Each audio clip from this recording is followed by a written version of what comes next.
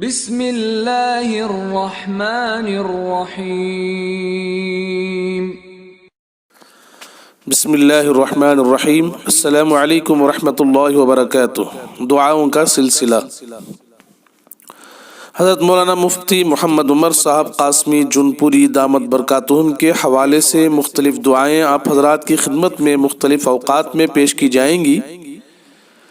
دعا کے پیش کرنے سے پہلے ایک اہم ہدایت گوش گزار فرما لیں کہ دعاؤں کا فائدہ موقوف ہے فرائض اور واجبات کے اہتمام کے ساتھ ساتھ گناہوں کے چھوڑنے پر۔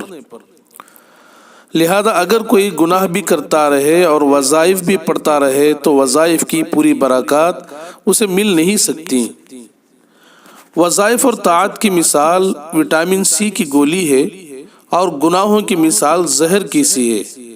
لہذا اگر کوئی 500 پاور کی وٹامن سی کی گولی استعمال کرے اور زہر کی 1000 پاور کی کھائے تو زہر ہی کا اثر غالب ہو جائے گا۔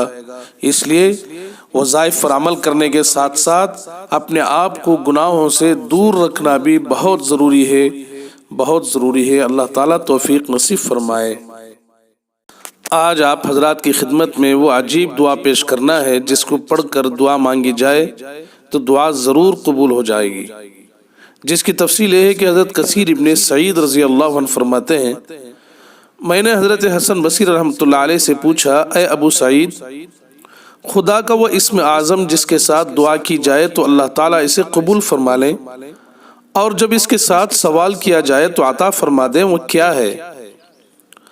حضرت حسن بصری رحمۃ اللہ علیہ نے فرمایا، برادر زادے، کیا تم نے قرآن مجید میں دعائے یونس نہیں دیکھی؟ پھر فرمایا، یہی لا الہ الا انت سبحانک انی کنت من الظالمین۔ خدا کا وہ اسم اعظم ہے کہ جب اس کے ساتھ دعا کی جائے تو اسے قبول فرما لیتے ہیں، اور جب اس کے ساتھ مانگا جائے تو عطا فرما دیتے ہیں۔ رواہ ابن حاتم۔